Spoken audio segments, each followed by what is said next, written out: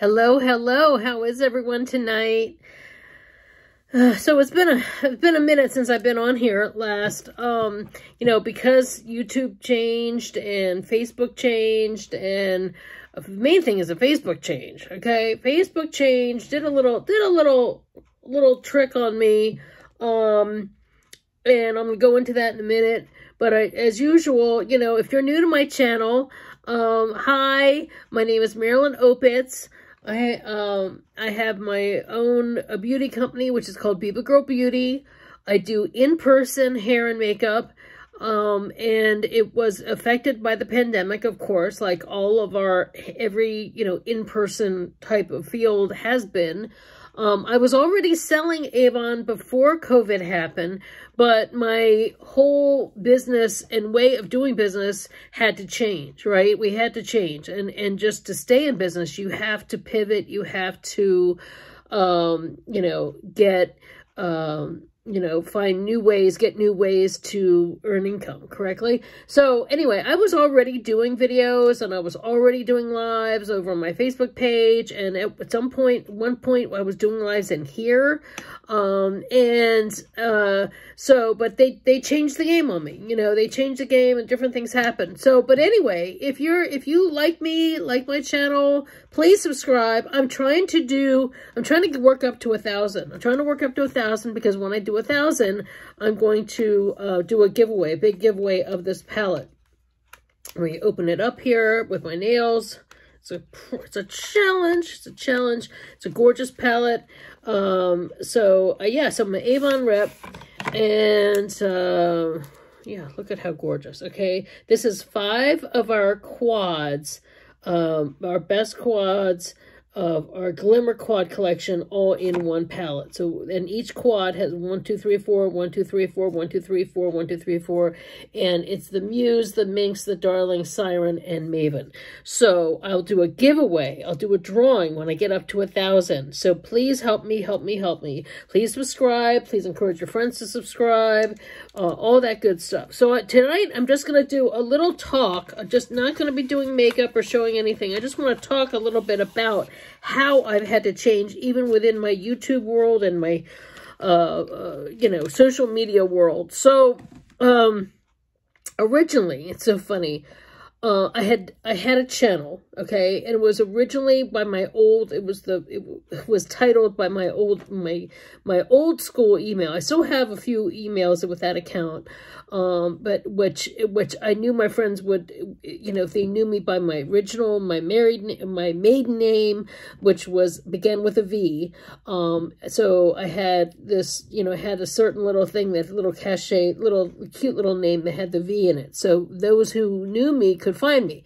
So that was my original YouTube channel, and I would post a whole bunch of different things, okay? Like if I happen to be at in a little event, like a little outdoorsy kind of event, like a little outdoor flea market or something, and there was dancing or something, and I liked the dancing, I would take a video of it and I'd post it to that channel. If we were doing random things, like random things, like the first time going out in the snow. Now some of these I have since I kept, and then of course, that was back when you film it on your phone and then you upload it. Or film it on your computer. Some things you film on the computer, at home or whatever. But I always kept, I was able to keep the video and keep the videos on, and then later, back then you had to do it from your phone to your computer, and then your computer to YouTube before they had the apps, if some of you all remember those days. So, okay, so, that was back when we had the digital cameras, and the iPhones were just coming out with the capability to do it from the phone straight onto YouTube. So that was a big deal when I moved up from that. But before that, I was doing the digital camera.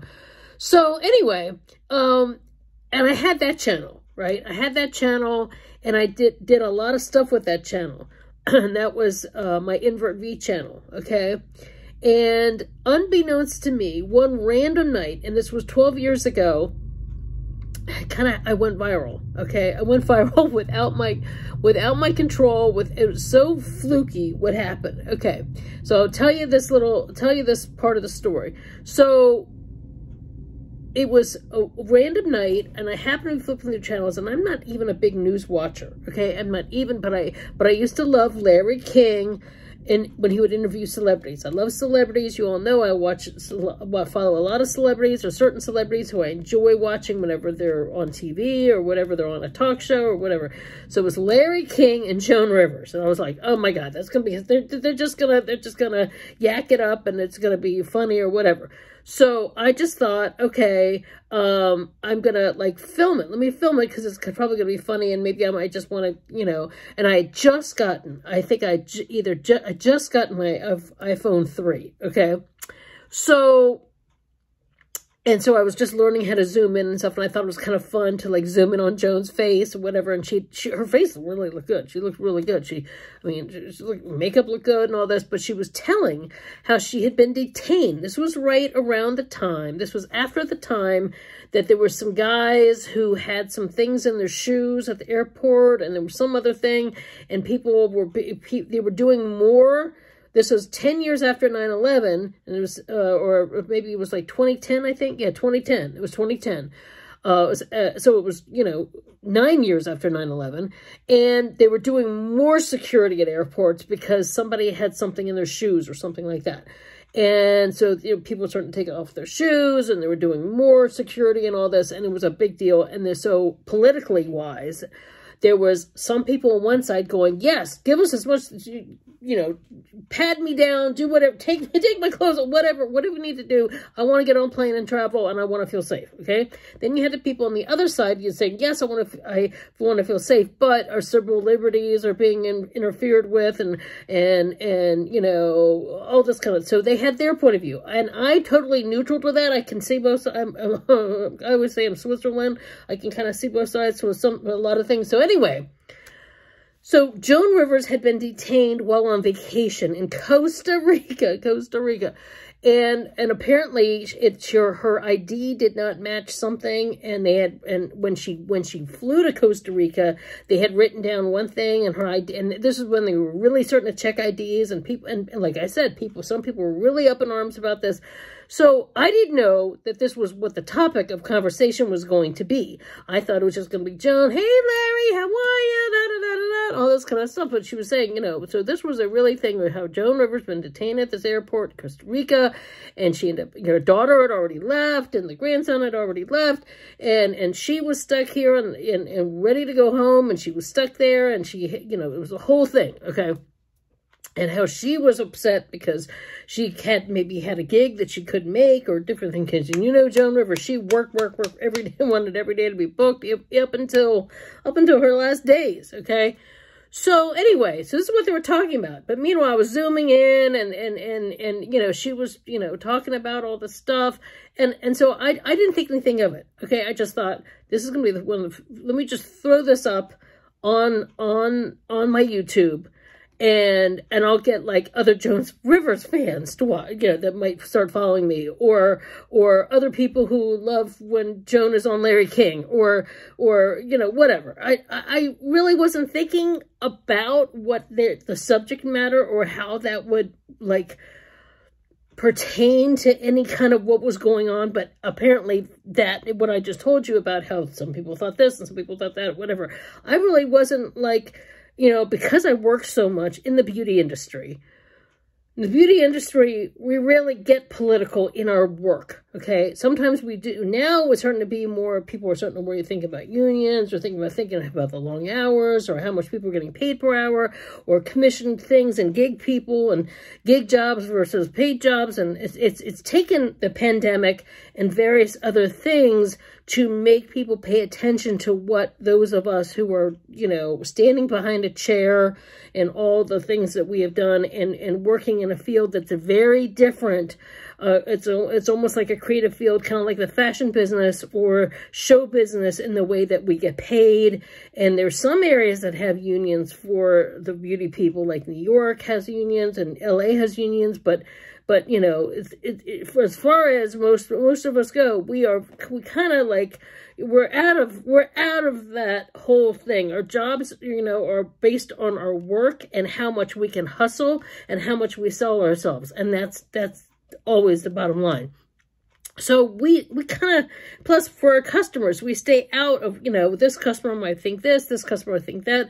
We just have, we don't want to mess up who's coming in our door, right? So we kind of, you know, we're taught in beauty school, do not discuss politics, don't discuss religion, don't discuss anything that might turn off that customer from you. If they like the way you do your hair, that you do their hair, you don't do anything that's going to mess them up, right? Or that's going to change how they feel about your work. You want that customer to keep coming back. So there are times where I might not agree with what somebody's saying, but then there are times where, you know, hey, you know, that's that customer. Now, there are times where sometimes it's way over the top and it might go to the point of offending me, of course. Then I might say, you know, I think you need to find someone else. But if it's not, if it's just something that, you know, I'm neutral on, then the next customer might feel completely different than the last customer, and I have to hear it. We hear everybody's stuff, right? And then something happens, and then that person talks about this, and this person talks about that. So that's how we are. We stay out of it. So I had sort of known that there was this thing that was going on where some people felt this way about the airports doing this, and some people felt this way. But it really wasn't that, you know, I was thinking more about that it was Joan Rivers, and how fun that I posted this video about Joan Rivers, and unbeknownst to me, okay, so CNN had not posted their video. Most TV shows, if you watch TV, and you take a video of TV, they usually will put up their own version of it and then not tell YouTube to tell you to take your video down if you recorded something from the TV. But at that time, 12 years ago, they didn't do that, okay?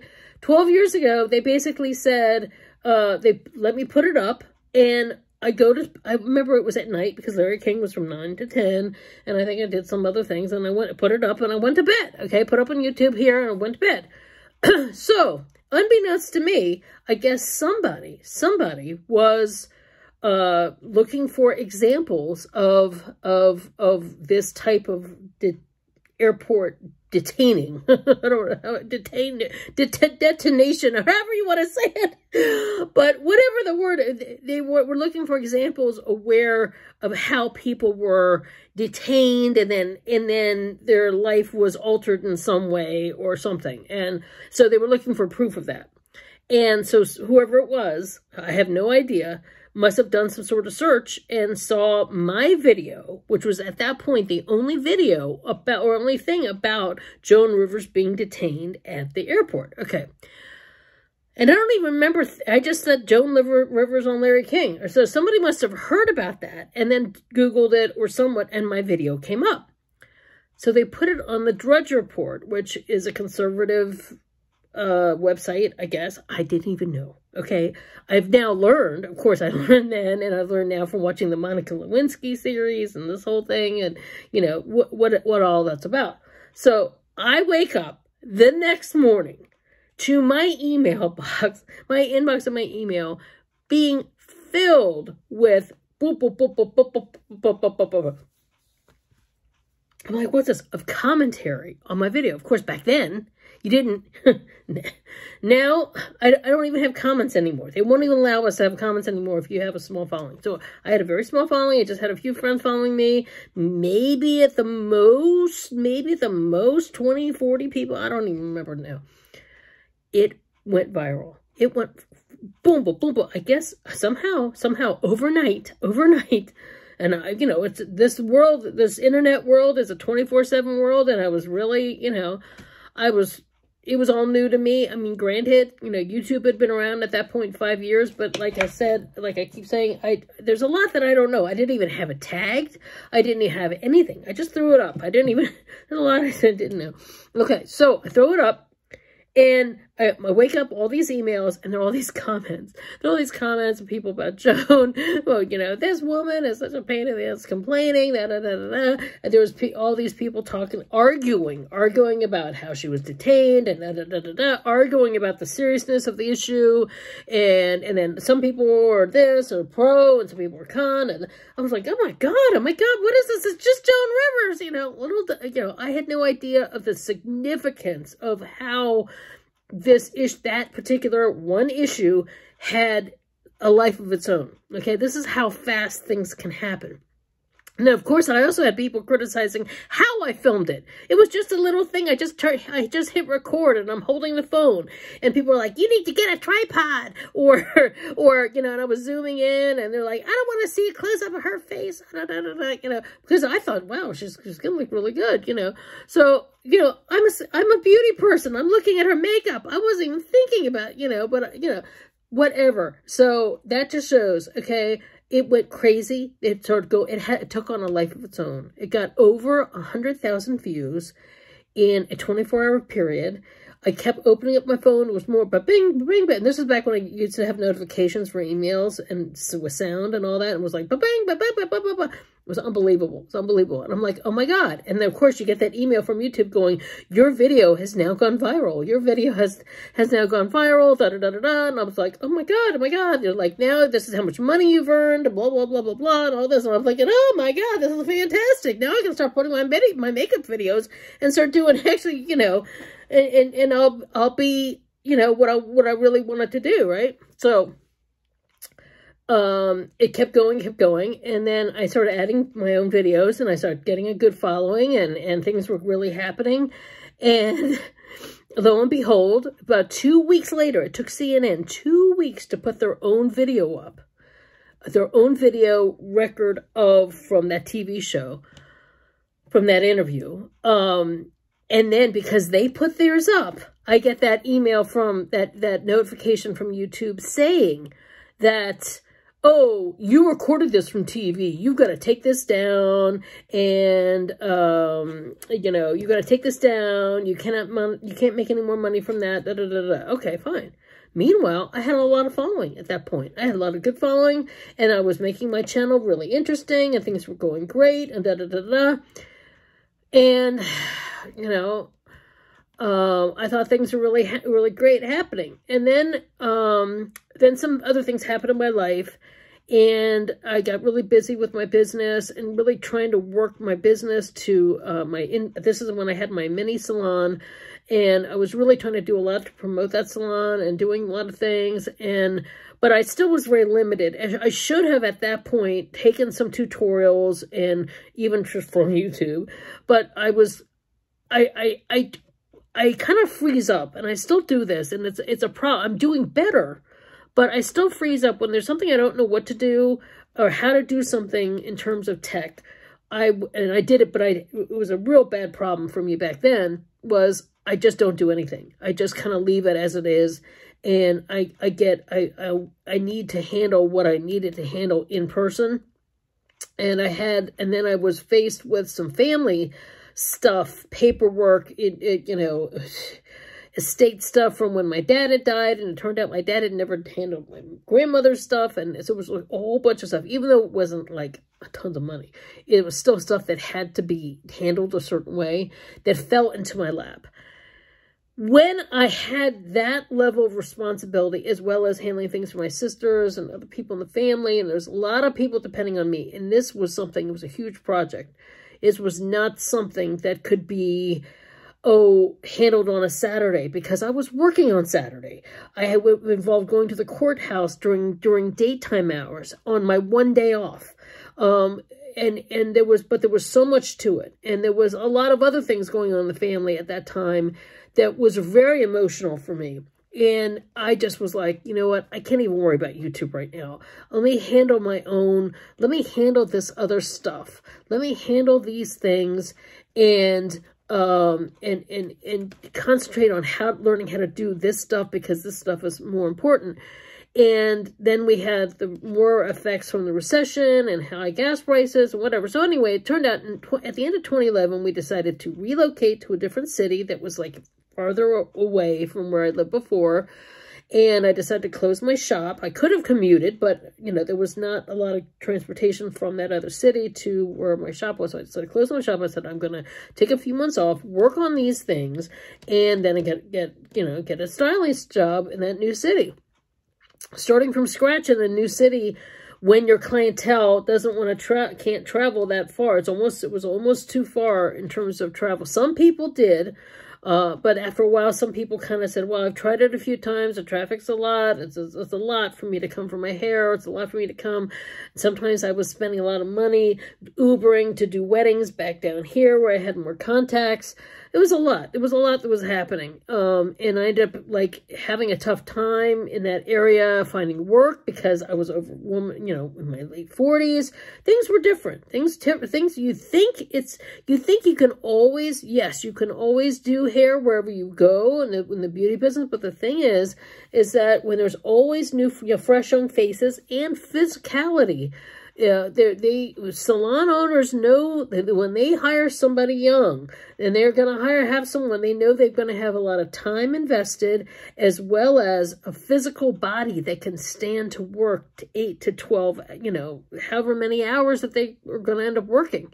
And so they're like, is this worthwhile? Is this hiring this person a worthwhile? So you want to say ageism is a bad thing? Yes, it's definitely a bad thing.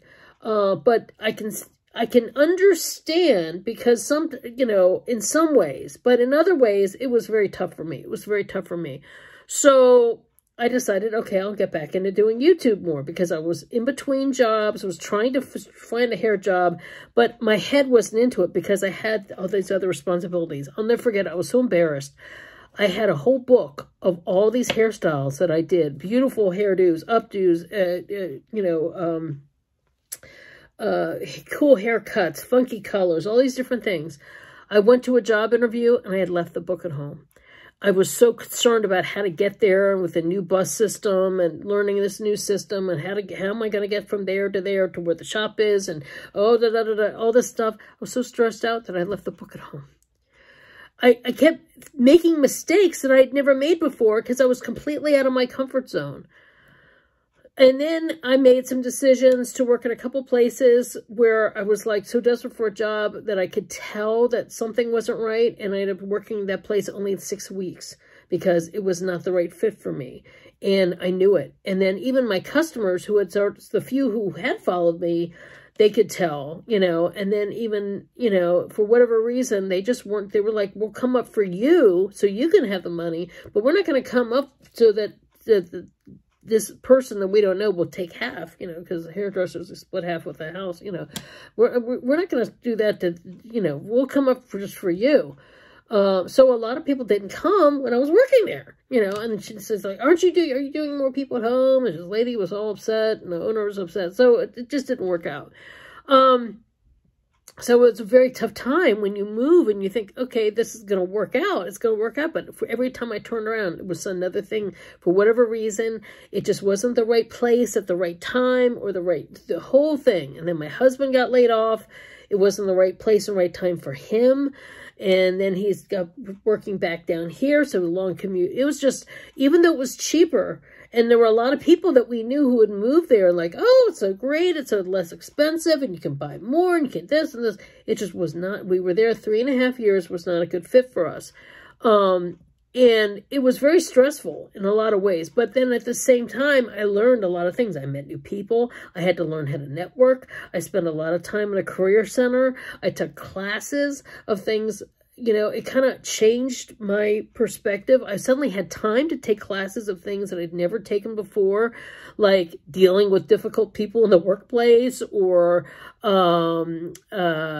different, like all kinds of different office skills classes, and just like changed my mindset, because I had to change my mindset, because my old way of, well, I'm always, you know, my way before was always, I'm always going to get a job. I'm always going to be able to get work. I'm always going to be able to do this. No. So imagine, it was sort of like having the rug pulled right out from under us in a lot of ways. So he actually went to school and tried to change careers. But for whatever reason, that type of career wasn't hiring in what he was looking, the way he, in the level pay that he wanted, what we needed. So it was a lot. It's a lot. Now, why am I telling you guys all this? Well, because at the time, at that point, I decided, hey, I'll keep that other channel, that other YouTube channel, and I'll start another channel, okay? And I made the other channel just strictly about beauty, and I'll still keep the other channel for stuff like him and I to do together, some acting things. Some of those things I've now since later on put on here. We did acting things. I did some other community stuff. I would interview friends and do certain things. I just have that be like kind of like more outside of my beauty work, or as like if I went to a fashion show, or if I went to a you know, some local event. I thought that would be cool to kind of like be interviewing people, kind of like a red carpet kind of a person. You know, it was just like personality type stuff, you know, interest, local interest, special interest, personality type stuff, blog, just general blog kind of thing. And then keep the beauty for a separate channel, which I thought made perfect sense. So I started making videos just for that channel and keep adding to the other.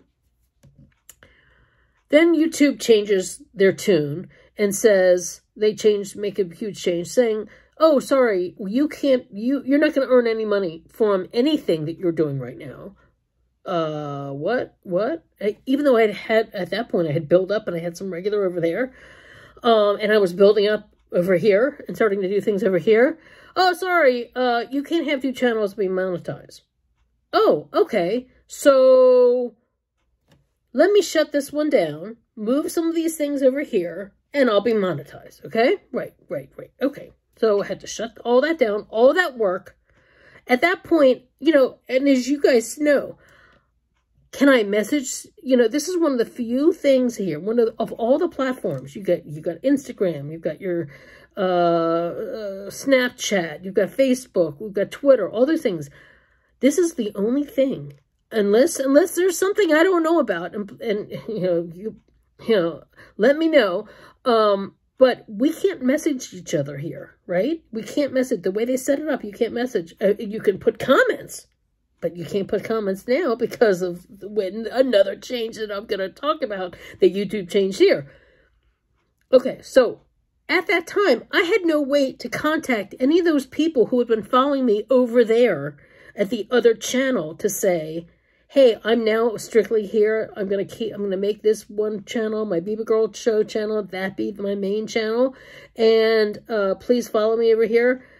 I think I did make a video then, but not everybody can see everything all the time. And of course, at the time, there were a lot of things I still didn't know. I didn't know about how to add the tags here. Sometimes I add the tags in the description, and I also add tags in the main tag area. You know, I was a woman in my late 40s, okay? I didn't know everything. There were some little things. It took me a long time, especially in using this, you know, now using the two apps between the back office one. I always forget the name of it, but that YouTube, the special one that I can go in and change and edit and change the picture and all that stuff, the thumbnail, change the thumbnail. And I always knew about that page on the laptop, but I couldn't access it from the main app, as you all know. So and I've also talked about it several times. I've had laptops crash, different things happen. So sometimes I didn't have access. So then it wasn't until it took me posting about it, I think, on Facebook to learn about the YouTube channel, that YouTube app that's specifically for people like influencers or people that have channels. Okay, so anyway, I shut down that channel. And I lost. I think I had. When I shut that channel down, I think I had maybe over 200 or 300. I don't know. It was a good amount of people. And I felt so bad, but I was like, you know what, since the beauty thing is my main thing, where I'm trying to, you know, promote my business and at that point I was promoting my freelance business, starting to promote that. I said, well, if places aren't going to hire me, I may as well just concentrate on doing my customers on my own, going to their houses, them coming to me, or doing weddings and makeup and concentrating on that.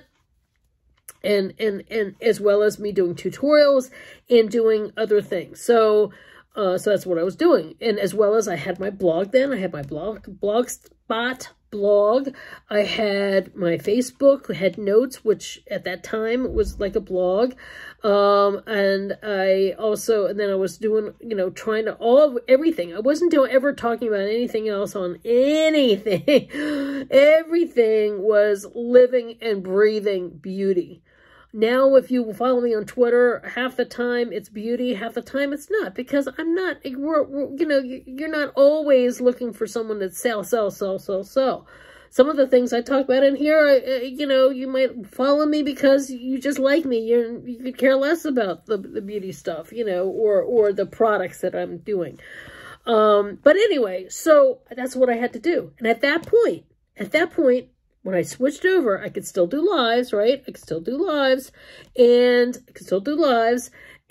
I had comments, okay? Yeah, people could comment. And at least I was building some sort of relationship with you guys, because at least I could still communicate or comment and say thank you if somebody gave me a compliment. Well, now, okay, and I've talked about this before, YouTube now has made another change.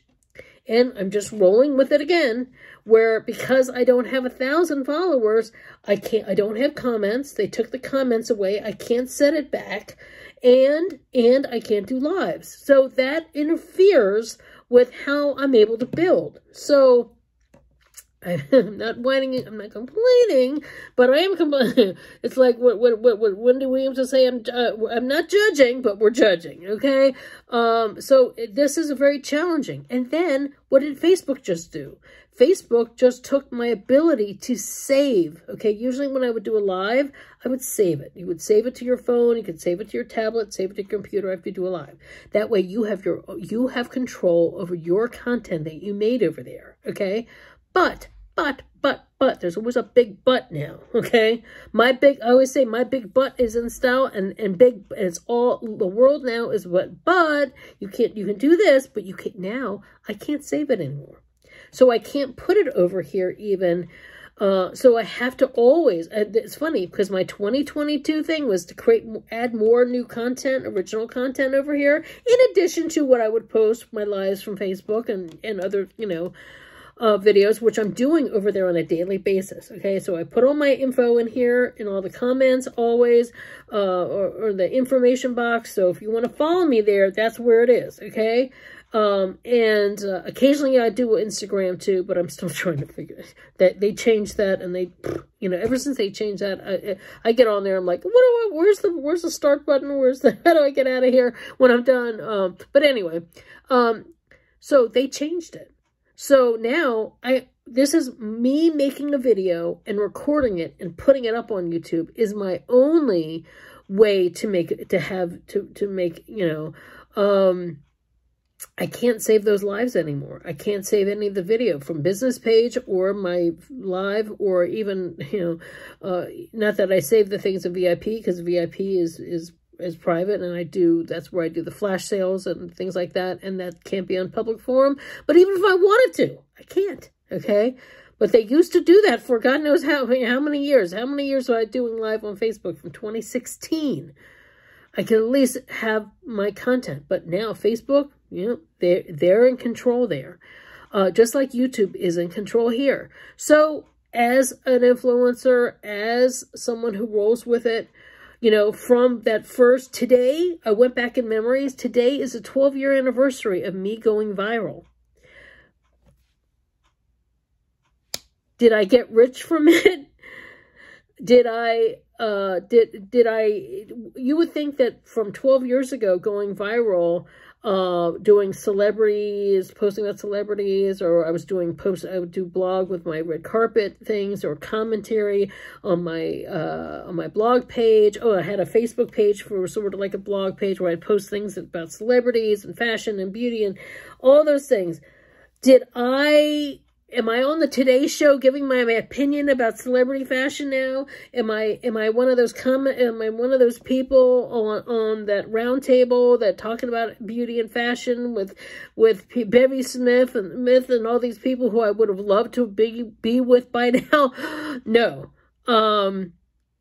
Did any of that get me anywhere? Just learning lessons. I learned a lot of lessons. All of this stuff got me lessons. I'm much wiser and smarter now, of course, about the content. And I am paying more, of course, we're all paying much more attention to what's going on in the world, because what's going on in the world somehow affects where we live. Unfortunately, you know, it's one thing to be affected in a major city, but a lot of things that's going on in the world, you know, I mean, of course, now with COVID, it's, you know, everything is everywhere. Anything that's going on that way one side handles one thing versus the other side handles the other thing, it affects us wherever we live, you know. But and you know, whatever I agree or disagree with, I had no control over how that went. And I even posted a video then about saying, gee, I had no control. It was over here.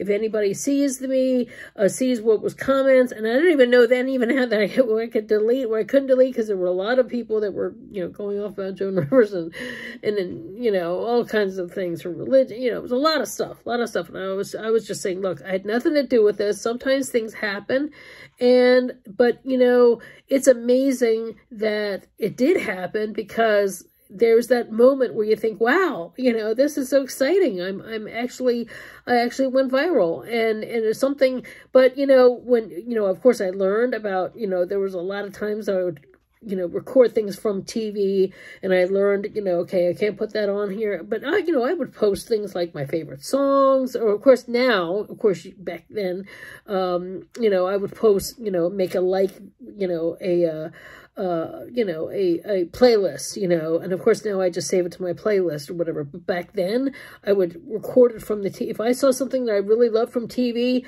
I would record it and then I would post it, because I was like, well, this is how I'm going to do it. And of course then they'd always be like, you put the record this on TV, you know, oh my God, copyright. Yeah, okay. But, you know, of course now I just find it for somebody else's thing and save it, you know, maybe it's later on it gets taken down. So, you know, it's a journey, you know, there's a lot of things we learn with these things. There's a lot of things, there's a lot of things that happen. There's a lot of things but sometimes they don't ask us, you know, they don't ask even some of these big people on here, they'll make videos talking about these things. All of a sudden, how they're following, they might have had a $3 million followers, people following them, and then their thing drops down to like 66,000. That's a huge drop, because YouTube will make a change. And now, granted, YouTube is now doing things like educating, or this is what you do to be an influencer. These are the things, these are some steps, Do I ever have time to do those classes? There are so many things on here that I need to learn, and one of my 2022 resolutions is to learn this better, and so that I can grow my channel better. But I really appreciate you guys, those of you who are watching me and following me, and because there are people on here who are doing what I'm doing, who have really big followings, but I notice that there's a lot of things that they do mix up, and they're not always posting about one brand. You know, sometimes there's one top Avon person on here who's still doing Bath and Body Works unboxings, just because she likes some of those products, even though she's still, you know. So sometimes I feel like I don't always want to do those things, because I feel like it's a conflict of interest. But at the same time, my Bath and Body Works unboxing from like 6-7 years ago has had one of my best views. There's also one where she also talks about sometimes adult coloring books, or you know, different interests, and that sometimes, you know, makes the channel be more well-rounded. So I'm going to try to post a little bit more of those. Like sometimes I'm in here and I post about, you know, something crummy with the washing machine, or this experience, or that, because I want people to see that I'm not just someone that just comes on here. It's like, buy from me, buy from me, buy from me. There's a whole range of things. that I'm about and that I'll be posting about, more about in here. And so for original content, you know, I want you guys to kind of get to know me a little bit more. I'll be turning 57 this May, and educating myself is the best route to learning and to doing better. And getting more involved. So, you know, once again, I need your help to help me get to 1,000, because that's the only way I can get to where I can at least get comments back and start doing lives again. And because I really love doing lives, because for me, that feedback back and forth, it's just like a stand-up comedian with an audience. You want to have that one-on-one feedback. It's very different than just talking to the camera and just filming, like, you know, and you're just, you know, imagining that somebody is there. When I first started to get over my nervousness, I just imagined that I was having lunch with one of my best friends, and how easy it is when I'm with her and how much fun we have. And then from there, I got over being so nervous. And then I started to attract some really great friends. So now when I am doing lives, I am spending time with some of my really great best friends. And so, of course, I'm not nervous because I'm sharing things and talking with them as well as all of you. So, anyway, I just appreciate the support. I just wanted to tell the story because some of you might have remembered that channel, my Invert V channel. And some people might remember me from way back when, if you remember that, I used to be on AOL as an Invert V, back in the AOL days in the 90s in the AOL chat rooms.